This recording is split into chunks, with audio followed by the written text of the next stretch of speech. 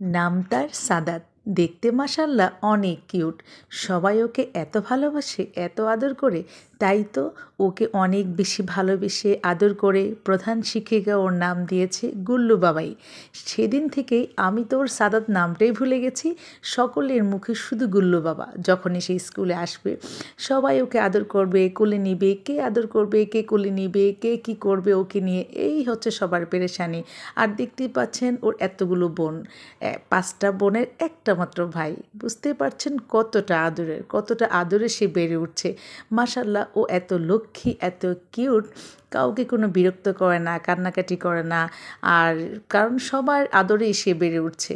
আর মা ছেলে দুইজনকে এত সুন্দর লাগছিল আমার কাছে, খুবই কালারফুল লাগছিল আমার কাছে। মনে হচ্ছে না একদম রংধনুতে সেজে উঠেছে ওরা। আর ওর ভাই বোন ওরা ইভেন হচ্ছে ওর মা আর হচ্ছে সাদাত